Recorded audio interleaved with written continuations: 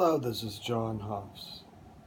I'm going to do a review of Roman Polanski's 1975 production, The Tenant, which he co-wrote, stars in, and directed. It was his film which immediately followed his masterpiece, Chinatown. It was a very unusual movie. It could be described as a psychological thriller or even a horror movie. It concerns a Polish man who has become a French citizen and moved to Paris. And the movie begins with him renting an apartment in an old Parisian apartment building, which is looked after by the concierge, which is played by a suspicious acting character played by Shelley Winters. And the landlord of the building is played by the great movie star of the 30s and 40s, Melvyn Douglas. Very soon after Polanski moves into the apartment, he starts noticing very odd and creepy elements of the apartment. It turns out that the previous tenant, a Mrs. Schul, or Mademoiselle Schul, had attempted suicide by jumping out of the window of the apartment, which was maybe 4 or 5 floors up, into the courtyard of the building, and by way of a glass awning which she crashes through. We find her in a coma in the hospital, and the Polanski character decides to go visit Mrs. Schul, or Miss Schul, I should say. She's not married. And while he's there, he meets another one of Miss Schul's friends, played by Isabelle Adjani. The character's name is Stella. And it's very frightening the way Schul is bandaged up completely except for her eyes and mouth. And when she sees Polanski and Stella, she lets out this blood-curdling scream. The two of them go to a Bruce Lee movie, I think it may be Enter the Dragon, and during the movie, the somewhat sexually aggressive Stella starts fondling Polanski's private parts, and he reciprocates by fondling her breast. And this is happening during the movie. After the movie, he asks her if she'd like to go out for a drink, and she says she'd rather not. And he says, well, I'll see you sometime, which he does later in the movie. But what happens is he slowly becomes more and more obsessed with Miss Schul after he finds out that she has succumbed to her injuries and has indeed died. He finds her tooth in a hole in the wall that's plugged up with a piece of cotton. Actually, there's 2 teeth. She seems to have been a collector of antiquities, and also she's an Egyptologist, so there's a lot of sort of spooky Egyptian writing or old hieroglyphics that he happens to notice here and there in the apartment. Another very odd and creepy situation is that when he looks out from his balcony, since he doesn't have a bathroom in his apartment, it's down the hall. When he looks out his window, he can see the bathroom, which has a window that's exposed to the courtyard. And he sees people late at night standing for very long periods of time, staring right at him.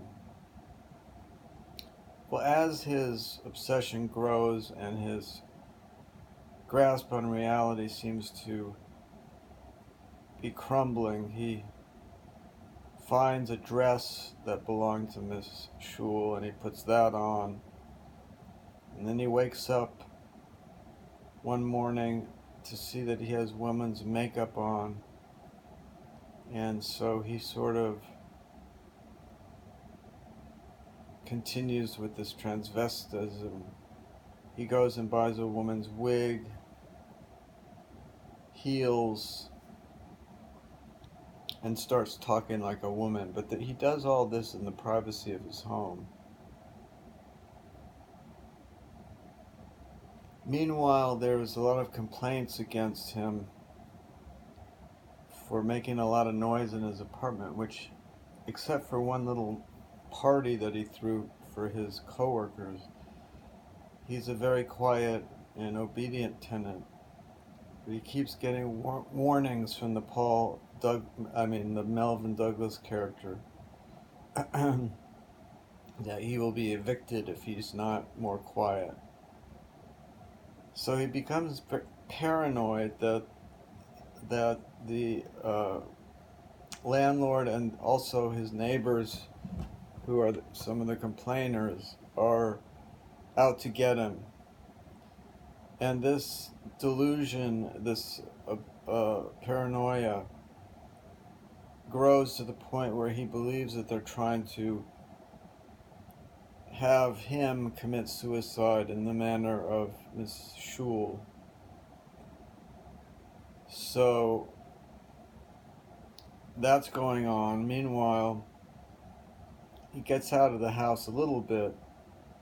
He goes to another party, and Miss Ajani, Isabella Ajani, is there with a character named she's Stella, the character I mentioned. And she sort of takes him under her wing, and he drinks to the point of impotence. She tries to make love to him, but he can't perform.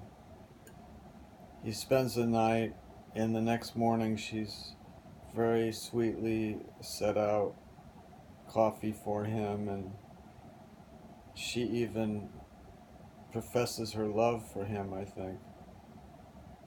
And his paranoia kicks in, and he actually ransacks her apartment in a very distressing way to the viewer.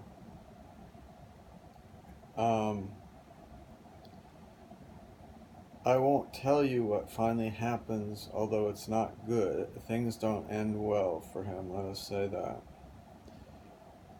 But what does end well is the movie itself. I'd seen it in the 70s and enjoyed it. This time, it took me a little while to return to my enthusiasm for it, but it came back strong as the movie unfolded. I've always thought Polanski was one of the world's greatest directors. I know he has a mixed reputation as far as his personal life and his conviction of having relations with an underage girl and his fleeing America. This movie shows his psychology or his psyche in a way that is very believable. His acting ability is actually outstanding. And Isabelle Adjani, who went on to primarily a French movie career, including winning a César for Best Actress in one of her performances, is just simply tremendous. She's a very beautiful, and yeah, I don't want to be sexist about it, but she's very uh, appealing. She almost has a kind of library librarian quality, with big glasses and kind of uh, her clothing is sort of it's fashionable, but it's circa 1976, and that sort of lens, sort of that Annie Hall, Mr. Goodbar, all those movies that took place in the 70s, the kind of fashions that women wore. But her performance is excellent, and I would give the movie, I would give it an A minus, which is a pretty high grade. So I hope you maybe enjoy it the way I did. You can watch it on YouTube in parts. The whole movie you can see, and it's seamless, but it's divided into 10, 20-minute parts, which is really not really too much of a distraction.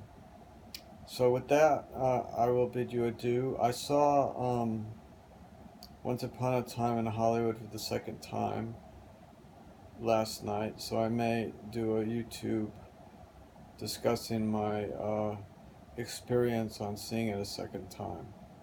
So until then, adios, aloha, goodbye, ciao, and all the rest of those sayings.